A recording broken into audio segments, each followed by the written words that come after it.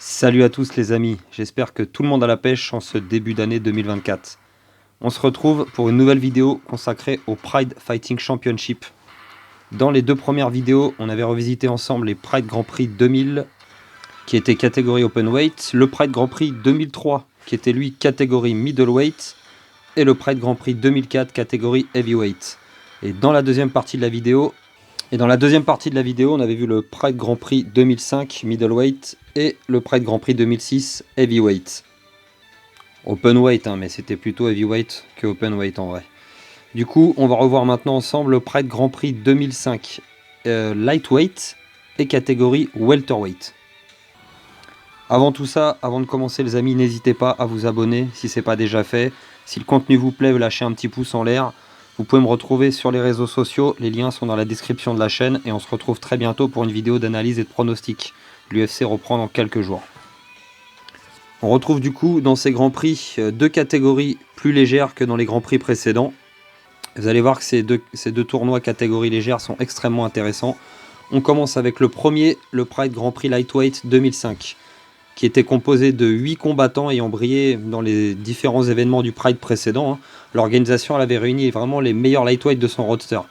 Imaginez un petit peu si demain l'UFC organisait un tournoi avec ses meilleurs lightweights, Makhachev, Oliveira, Tsarukyan, Gadget, Poirier, Dariush, même Benoît Saint-Denis, ce serait juste une dinguerie.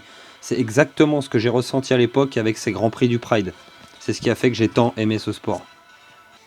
Et là où la plupart des tournois des Grands Prix du Pride étaient composés en général de 16 combattants, celui-ci est composé de 8 combattants ainsi que le tournoi Welterweight. 8 combattants également.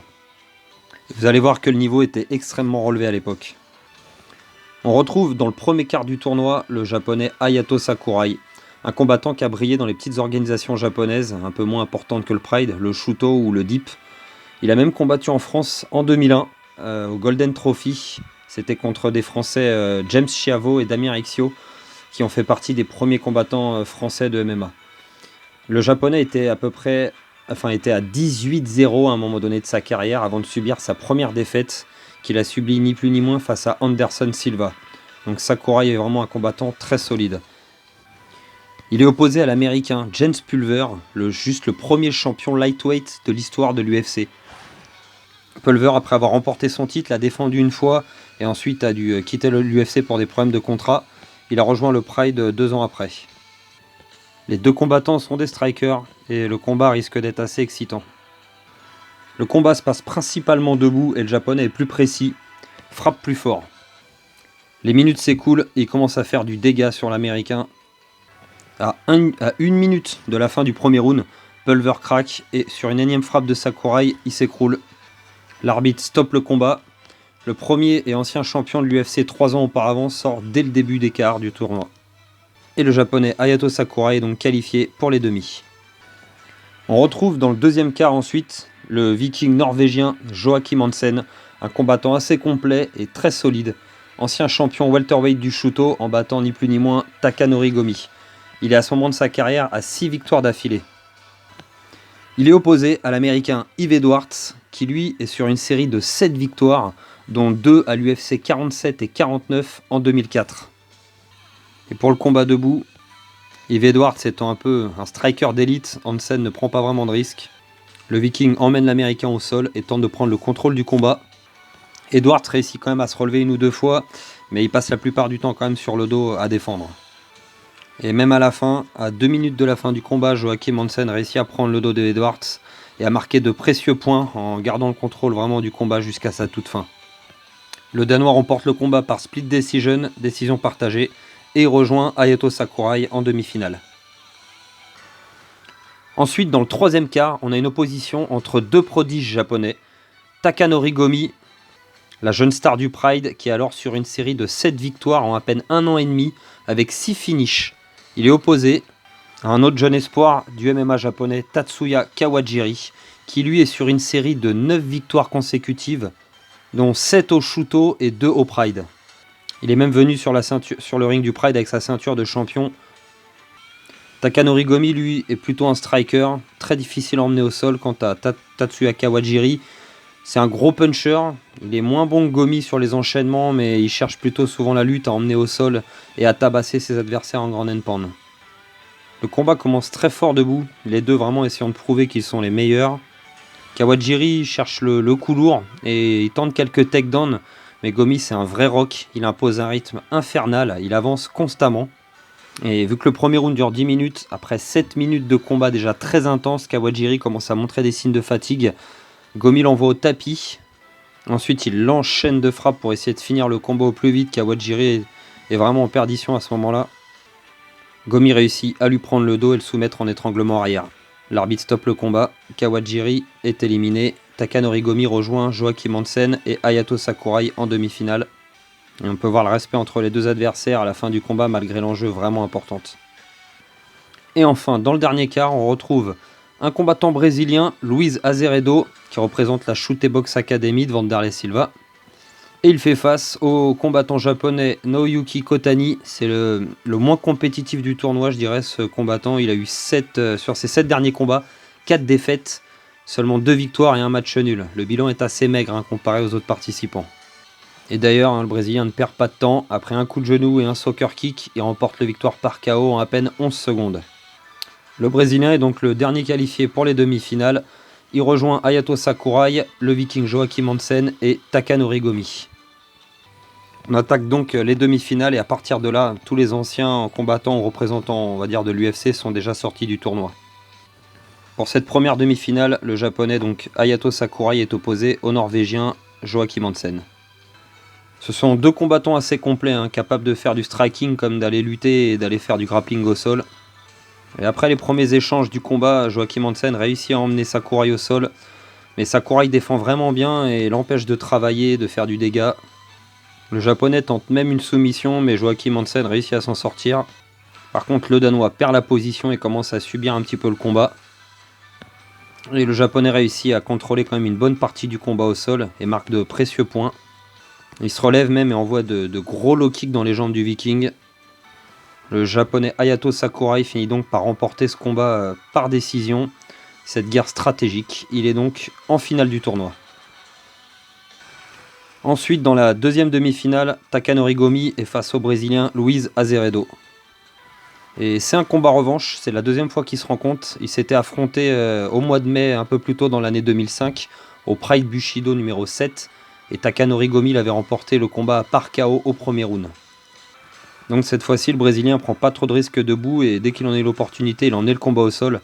Pourtant, il vient de la Chutebox Academy et en général, c'est plutôt des strikers qui formés au Muay Thai qui cherchent le KO à tout prix. Mais Takanori Gomi est très bon en défense quand même et il parvient à se relever. Les échanges debout sont vraiment à l'avantage du japonais qui met à mal le Brésilien plusieurs fois avec de lourdes frappes au visage. Gomi est vraiment plus précis qu'Azeredo. Et il parvient même à envoyer le Brésilien au sol sur les dernières minutes du combat pour vraiment s'assurer la victoire. Et il gardera le contrôle jusqu'à son terme. Gomi remporte donc le combat par décision.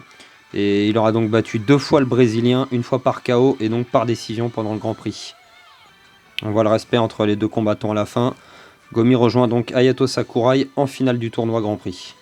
Et la finale oppose donc 2 combattants japonais au plus grand plaisir des fans locaux. On voit sur cette photo le président du Pride qui tient cette précieuse ceinture du Grand Prix. Alors il faut savoir que dans ce tournoi, les quarts et les demi se passaient pendant le même événement, les deux combats lors de la même soirée. La finale, elle se passe lors du Pride Shockwave en fin d'année 2005. On retrouve donc les deux combattants en finale de ce Grand Prix, Lightweight 2005. A savoir que Sakurai et Gomi venaient à la base de la même salle d'entraînement. Sakurai était un petit peu comme le grand frère de Gomi, parce qu'il était son aîné. Alors le combat va commencer et se passer principalement debout, vu que Gomi étant un striker d'élite et Sakurai un combattant assez complet. Gomi lui cherche vraiment le coup lourd, le KO. Vous voyez, Sakurai est vraiment un combattant assez précis, il va essayer de prendre la mesure du combat. Il a des kicks très puissants. Il va d'ailleurs en placer plusieurs low kicks à Gomi. Vous voyez, très beaux enchaînements.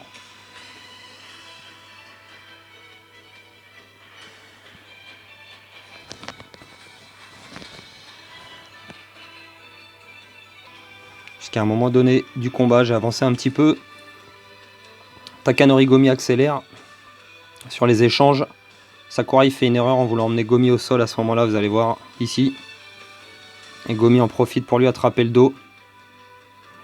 Et lui asséner de lourdes frappes en Grand Nenpan. Tout en lui prenant le dos en même temps au passage. Et ça va être le tournant du combat à ce moment-là. Sakurai subit beaucoup de frappes. Mais il fait tout pour réussir à se relever. Mais il est quand même un petit peu sonné à ce moment-là. D'ailleurs, à peine relevé, vous allez voir. Il se fait terminer très rapidement. Voilà. L'arbitre stoppe le combat. Takanori Gomi est le champion du Pride Grand Prix 2005 Lightweight.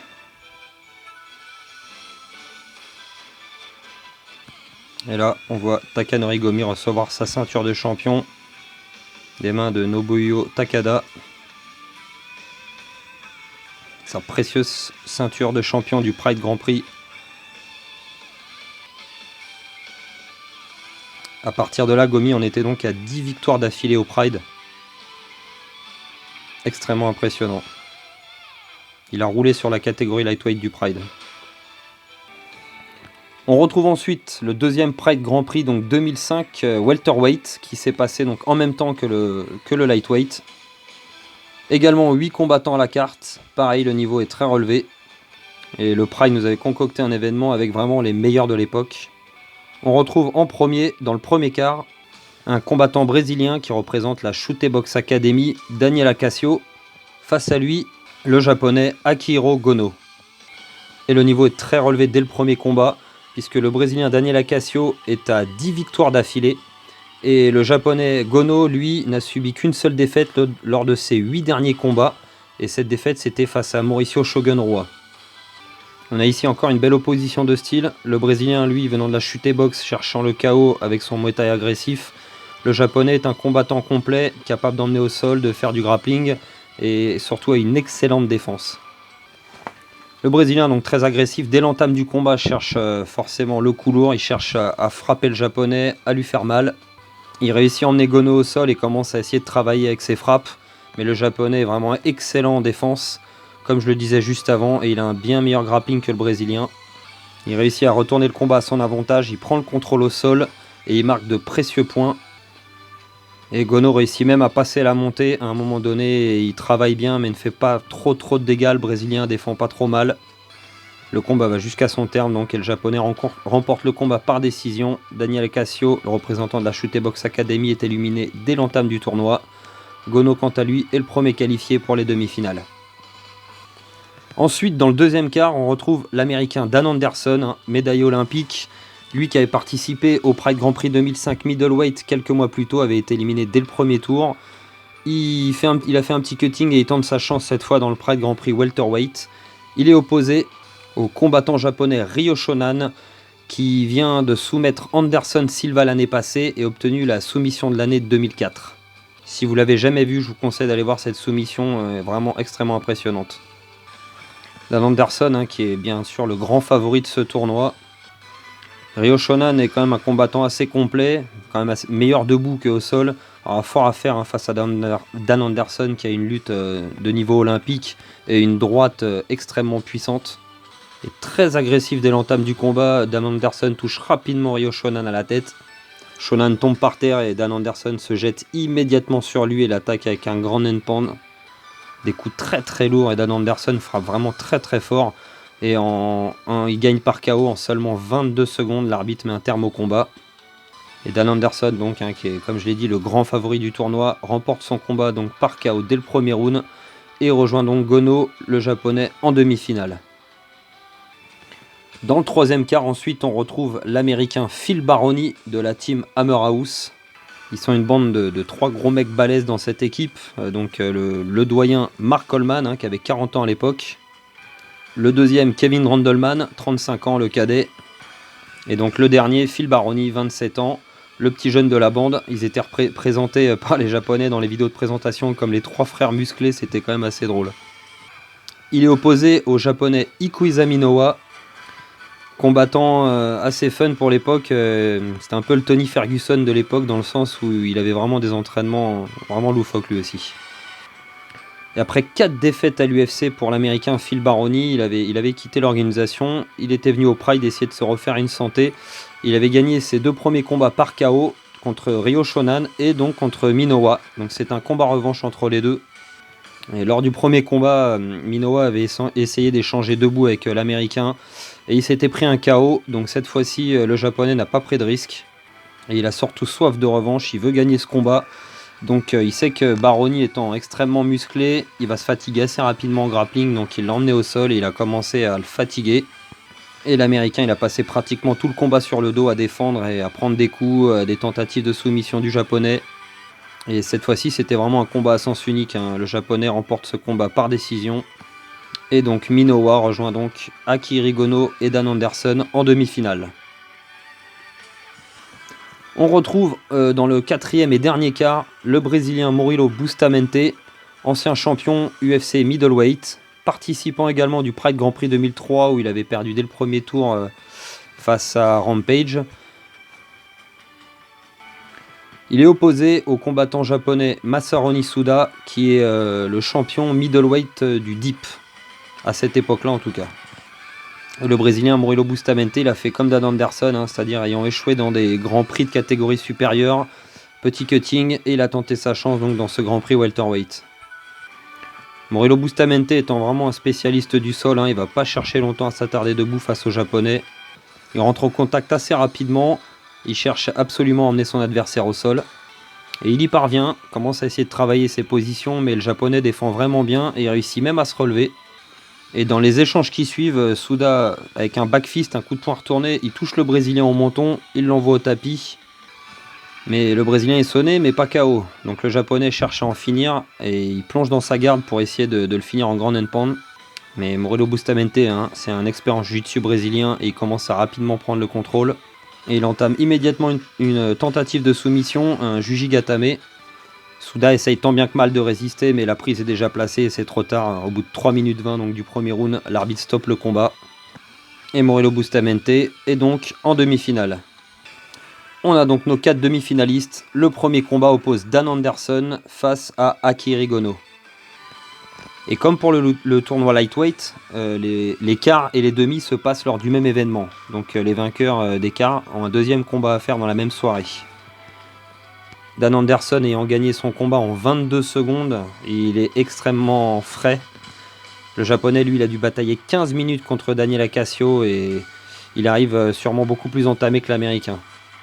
D'ailleurs, Dan Anderson cherche à en finir au plus vite et il attaque très fort dès le début avec sa grosse droite.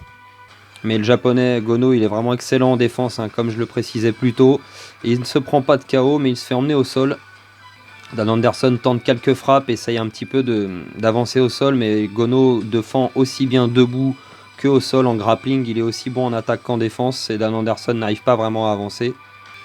Le combat repart même debout, mais le japonais commence un petit peu à fatiguer. Du coup, Dan Anderson repart à l'attaque avec ses énormes droites. Il presse Gono dans le coin du ring. Mais un coup finit par faire mouche et Gono s'écroule. Dan Anderson poursuit les frappes au sol. Et donc l'arbitre stoppe le combat, Gono est KO. Quant à l'américain Dan Anderson, il est en finale du Grand Prix 2005 welterweight.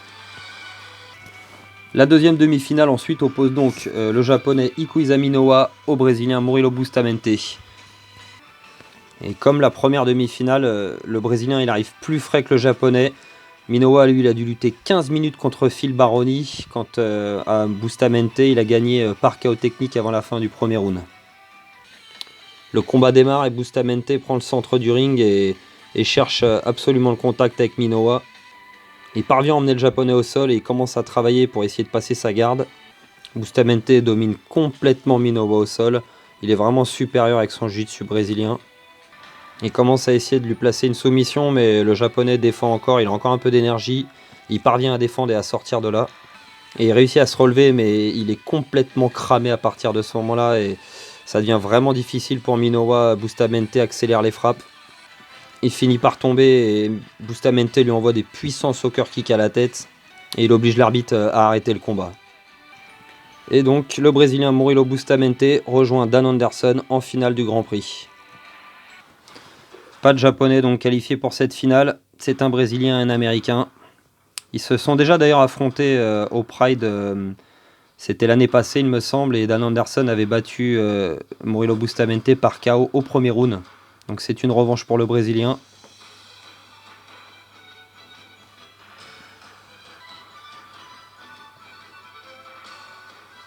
Donc on a un gros lutteur avec une énorme droite contre un expert en jiu-jitsu brésilien, ancien champion de l'UFC. Donc le niveau de cette finale est vraiment très relevé.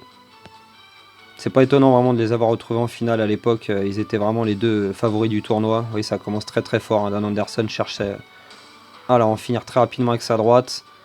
Et vous voyez, il s'expose un petit peu. Du coup, il a deux doigts de donner son dos. Voilà, le combat part au sol. Dans un premier temps, Dan Anderson domine un petit peu Murilo Bustamante, en tout cas sur les premiers échanges. Et là, l'Américain marque de précieux points en début de combat.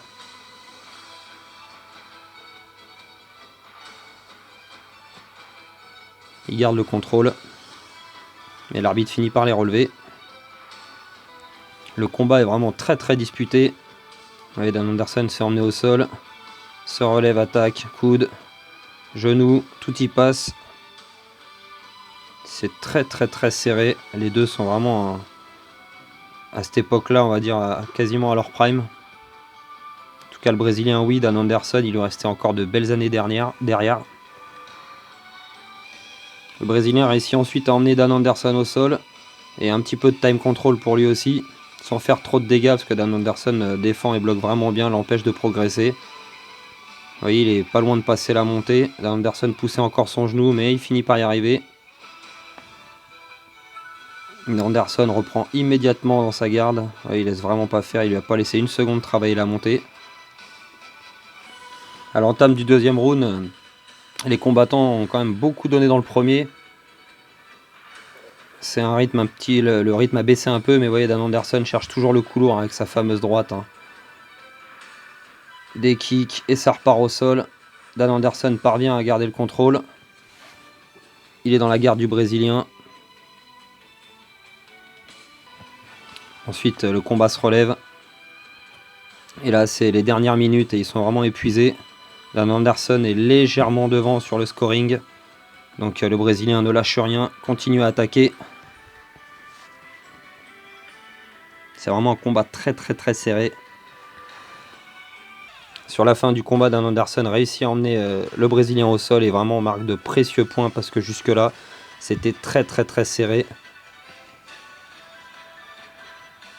Les deux combattants sont épuisés, ils ont tout donné dans le premier round déjà.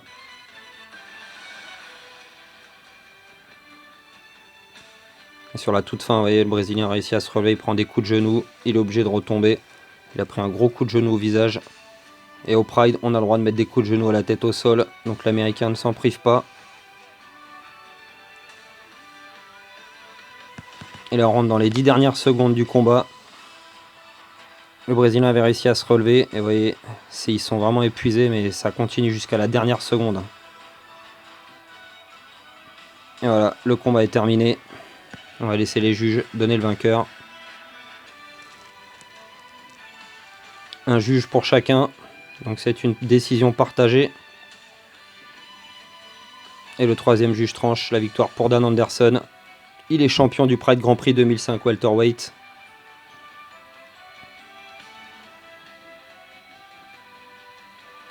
À part la finale, l'Américain avait vraiment roulé sur le tournoi. On le voit recevoir sa ceinture de champion. Des mains de Takada, comme toujours. Cette magnifique ceinture du Pride Grand Prix 2005. Dan Anderson a marqué l'histoire du Pride. Ce qui sera le seul champion de la catégorie welterweight. En dehors du Grand Prix, bien sûr, des Grands Prix. Et il deviendra également, même comme je l'ai expliqué dans la première vidéo, champion middleweight du Pride en battant Wanderlei Silva. Donc il aura vraiment marqué cette organisation, l'Américain.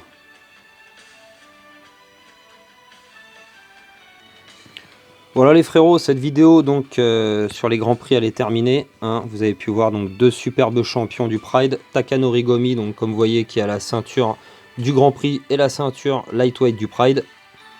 Et donc l'Américain Dan Anderson qui lui a gagné le Grand Prix welterweight et était aussi le champion welterweight et middleweight à la fin de l'organisation. À savoir que donc l'année suivante, en 2006, le Pride avait organisé donc le Pride Grand Prix poids lourd, mais également un deuxième Pride Grand Prix welterweight, mais cette fois-ci avec 16 combattants. Le niveau était encore plus relevé et je vous ferai une prochaine vidéo sur ce Grand Prix complète parce qu'il est assez long quand même à décrypter. Voilà les amis, cette vidéo est donc terminée. N'hésitez pas à vous abonner et à lâcher un pouce si vraiment la vidéo vous a plu. On se retrouve dans quelques jours donc pour les prochaines vidéos d'analyse et de pronostics. Les UFC vont reprendre là dans la semaine qui vient. Et je vous sors aussi la vidéo sur le Grand Prix 2006 dont je viens de vous parler. Je vous souhaite une bonne soirée et je vous dis à très bientôt. Ciao à tous.